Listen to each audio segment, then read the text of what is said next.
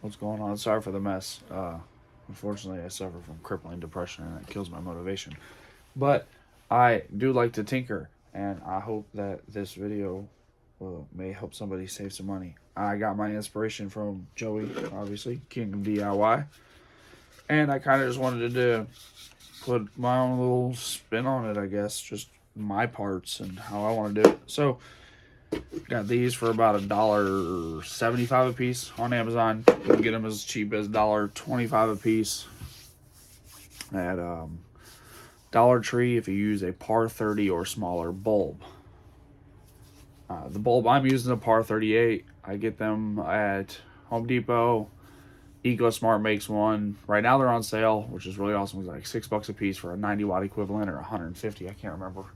Regardless, so not only is this thing have adjustable temperature control from 3,000 to 6,000, it also has a selectable beam, so it can be like a 30 or 60 degree, so like a medium flood and a smaller flood. So this is actually not the right size hole saw, I don't believe. This is an 1 3/4. You need an 1.5 hole saw, and I actually recommend a unibit, a stepless one, or a diamond bit with a pilot bit, just to make things easier, because the bottoms of these vases or vases are perforated, as you can tell, and they're not the thickest. These are actually pretty damn sturdy flower pots. So, just going to ease into it.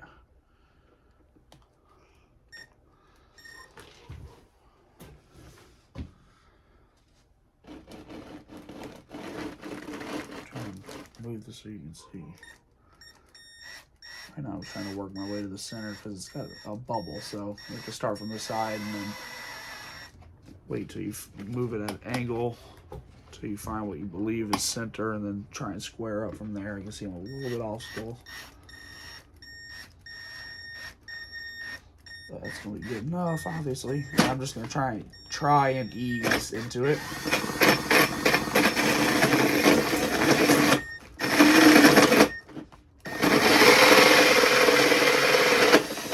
Alright. So the easiest way is to start a little bit medium speed and then fucking send it with very, very light pressure. Otherwise, the teeth on those will catch and this will just break. But as you can see, it is a fairly thick material, and they are pretty damn decent. So, put that to the side. So here's the barrel of the E26 socket. These are about $1.50 a piece. You can get them cheaper the more you buy, obviously. So we're going to assemble one side, and then you drop your base into here. Or do I have that backwards? I might have that backwards. I did.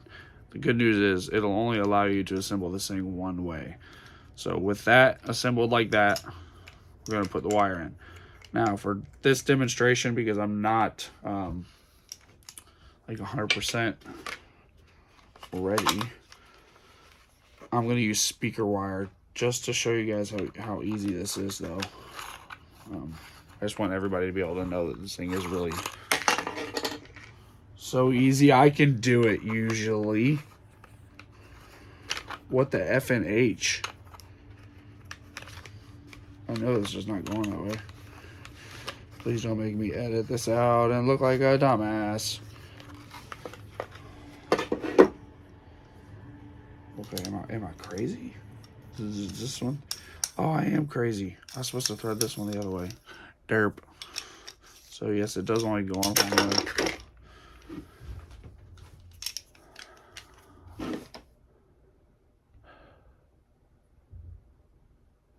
Okay, so yes, it does only go on one direction. So we put one on backwards.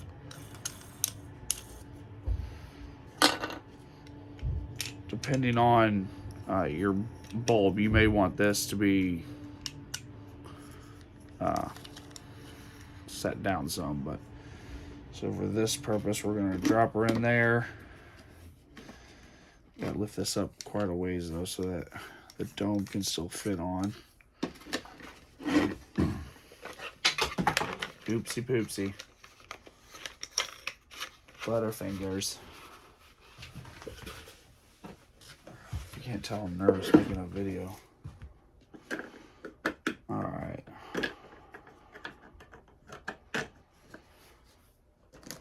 So, unscrew these little bad man pajamas here.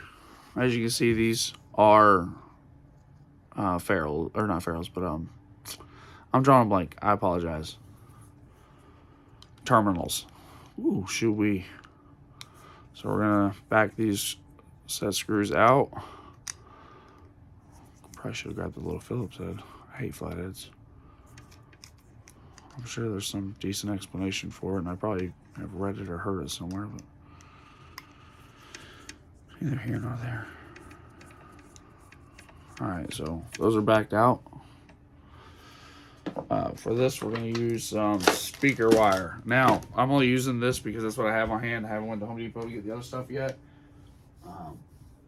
But it is the same diameter, since I will be using 16.2 or even 18.2, because I'm only going to be running a 2 17.5 watt and a 12 or 13 watt, and I may add this 80. I don't know. That's still going to be way less than what 18.2 can handle as far as amperage and whatnot. So we'll strip about 3/8 of an inch off of there. If you don't have these, they're cheap. They're like 25 bucks. I recommend getting the Klein ones. They're actually the only ones that I've been able to have for a significant amount of years, and they still function as if they were new.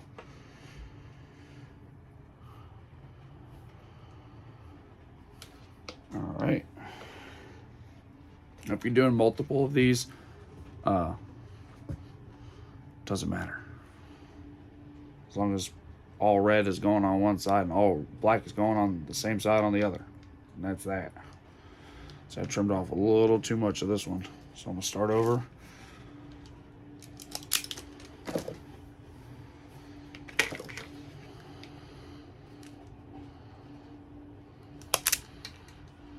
So a little under 3/8, a little more than a quarter, so somewhere in between. I'm not a good mathematician.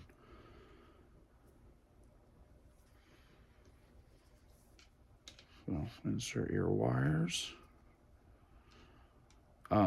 Also, when I do my final install of these, all these terminals will receive a generous application of dielectric grease.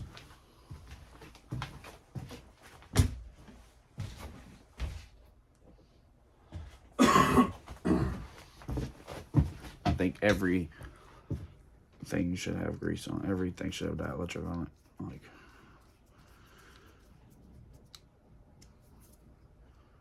just in case shit happens. Like, you never know if there's gonna be a fucking water leak. Like, yeah, you don't need dielectric grease in an outlet, but could we do something to make it a little more long lasting and safer? I think we can. So instead of daisy chaining off of this, which I very well could, because there is enough space in that terminal, I'm not going to do that. So drop that in, get your neck here. I don't remember if this goes up.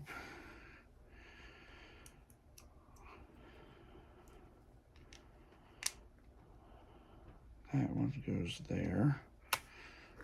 Okay. So, yeah, I'm kind of learning as we go as well. So this kind of shows you that it is fairly straightforward. Just, if you think it's spicy, don't fucking touch it.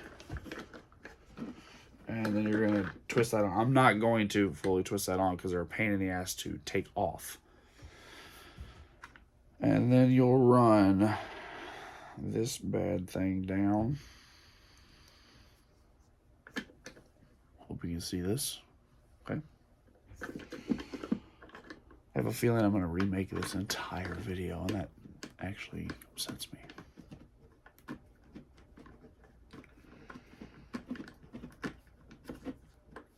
run that all the way down. And then this, you're going to do the same thing. Run your wire through. Run it all the way down here. And it will thread into the top here. And this will be down further as well as this will. But I do not want to continue on until I get the proper wire, because I want to use hemp rope wire. I think it's going to look cool, especially with this color. And I think over the pond in the basement, it's going to look pretty awesome. So this is your final product. If you want, which I do not recommend going through the trouble, spray the insides of these white. But for the wiring, I will be using the hemp wire. But along the joist in my basement, the ceiling joist, or floor joist, however you want to look at it, I'm just going to run one regular wire, some just black 16-2 or 18-2. And I'm going to use this style of Wago Clip T. I could not find the dual setups that has, like, you know, the power on one side, or hot on one side, neutral on the other, yada yada. So I'm just going to do one here for hot and one down here for neutral, and I'll tie off of that and just put a regular plug on the end, hook it up to a Wi-Fi receptacle or surge protector, and set my lights up. So I hope that somebody enjoys this.